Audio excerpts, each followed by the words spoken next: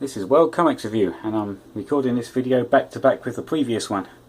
After talking for a few minutes, my sore throat really flared up. But sore throats are usually caused by bacteria, so I decided to take some nice medicine, namely this stuff. Generous measure of that. Let's see if that works. Anyway, on to the actual comic, and it is another Commando. This one, number 4904, King of the Spits, which is part of the Gold collection, which is reprints that are roughly 50 years old. So this one is originally from 1966 and was also reissued in 1975. Same year as that other that Marvel I was just reading.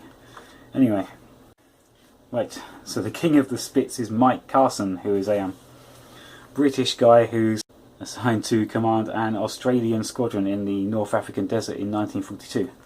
And yeah, British insignia, but he's commanding an Australian squadron. And obviously the Aussies don't take kindly to a POM being sent to command them, although this one's like, well, he did shoot down all these, so he must be pretty good. And off they go into battle.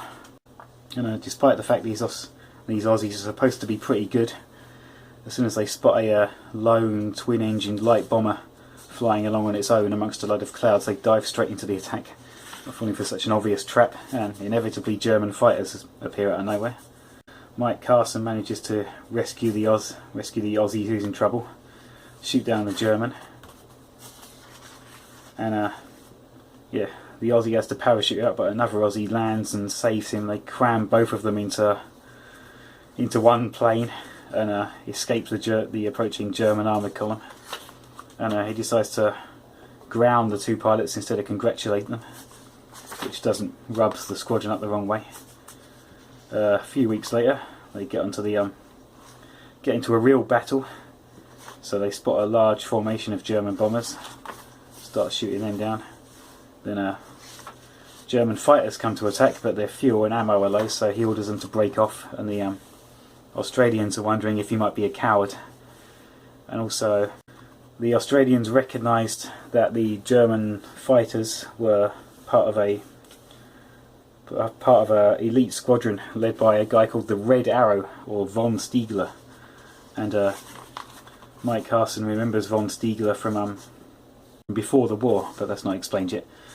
So they get into a battle again, and he ends up duelling von Stiegler, but he can't bring himself to fire, and von Stiegler can't bring himself to shoot what he thinks is an Australian whose guns are probably jammed, so they break off without even shooting at each other. And the Australians are thinking, oh, we're going to meet a squadron again and have a good fight. And then one of the fitters is like, oh, the skipper didn't even fire his guns the whole fight. But they look at the guns and find out that there's nothing wrong with them, so they're starting to think he might be a coward because he didn't even shoot while he was in the battle. Then von Stiegler challenges the leader of the squadron to a personal deathmatch. Mike goes to the commander, who says we're supposed to ignore these personal challenges, it's not World War I anymore. But he's also an Aussie, so he doesn't care about the rules obviously, and lets him go. Then we finally get the backstory between him and von Stiegler. So they were motor racing before the war, and Mike's pushing really hard, but his tyre gives out and he crashes into a tree, and the Germans are right behind them, so the Germans come up and stop, and even though it will lose them the race, they stop to pull the British drivers out. So he's thinking, I can't have a duel to the death with someone who saved my life. Anyway, they get into the actual fight, and he still can't bring himself to shoot, but the German doesn't know it's him, so starts firing anyway, so obviously he has to fire eventually, cripples von Stiegler's plane, and then he's hoping he'll bail out, but he makes a belly landing, escapes and collapses. So Mike lands his Spitfire in a desert to at least see if he's wounded, but the German was just pretending, and yeah, steals his Spitfire, but he says, don't worry, like he now knows it's his old friend, so he says, I'll send help for you. So he's waiting, and he sees dust in one of the one of the other Spitfires from his squadron here. He ordered them grounded for 2 hours because he didn't want them interfering with the duel. So one of them comes and he sees dust in the distance. He thinks it's the German patrol coming to rescue him, but it turns out to be a British patrol.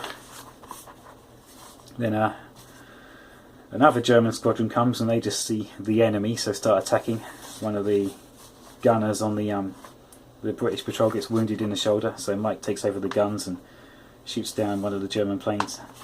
More Spitfires come and chase them off, and he gets back to his squadron thinking he's probably going to be court-martialed for losing his plane, and he got tricked by von Stiegler on the ground, so he thinks the Aussies are all going to be making fun of him. But actually von Stiegler came to the British base to get help, although he did plan to just drop a message out saying, giving the map reference of where he had abandoned the British pilot, but the Spitfire ran out of fuel, so he had to land and be taken prisoner. And the Aussies just think that the way he tricked was really funny, and so yeah, he didn't lose the Spitfire in the end. It got returned just with no fuel, and the Aussies think it's really funny, so they end up respecting him as their leader. And von Stiegler's taken into prison camp saying, "We've got to fight again, but next time in racing cars."